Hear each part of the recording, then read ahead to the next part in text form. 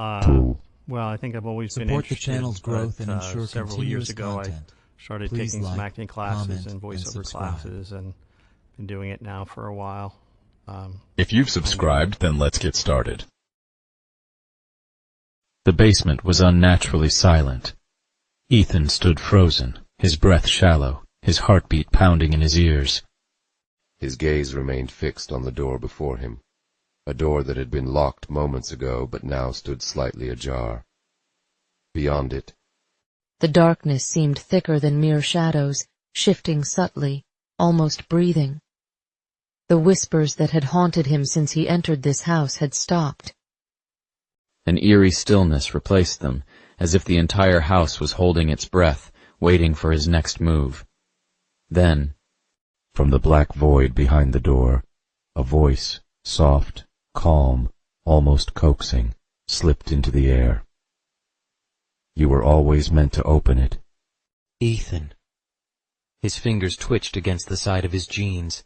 A sudden, unnatural pull gripped him, urging him forward, drawing his hand toward the door's handle. His body felt disconnected from his own will, like a puppet on invisible strings. Ethan clenched his jaw, trying to resist the strange compulsion. No, he whispered to himself. This is a trick. You want me to open it? A low, amused chuckle echoed from beyond the door. A trick? No, Ethan. The voice carried a sinister playfulness. You already did. A cold wave of dread washed over him. His breathing grew unsteady, slowly, hesitantly. He glanced down. His stomach lurched. His fingers were already wrapped around the handle, but he didn't remember reaching for it.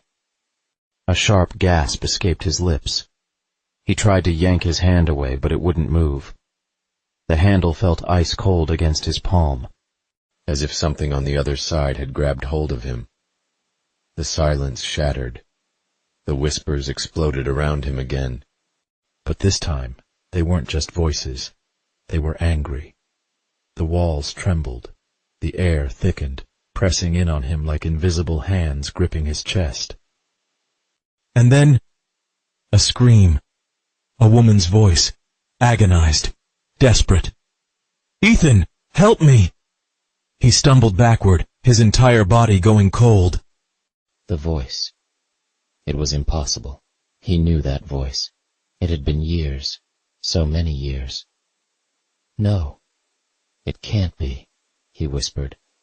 shaking his head. The voice sobbed. Bangs erupted against the door, as if someone was trapped behind it. "Please!" "Open the door!" His mind screamed at him to run, to ignore it, to not listen. But his heart wavered. With a single, breathless moment of desperation, he lunged forward and threw the door open. Ethan's heart raced as he faced the girl, the voids where her eyes should be pulling him into a chilling abyss of memories long buried. Been doing it now for a while. The room felt alive, the dust swirling like whispers of the past. Forgotten, he thought, grappling with a sense of déjà vu. The doll in her hands seemed to pulse with a life of its own, a tether to a time he couldn't quite grasp. "What do you want?" he managed to ask, the air thick with dread. The girl's voice echoed in his mind. "Remember."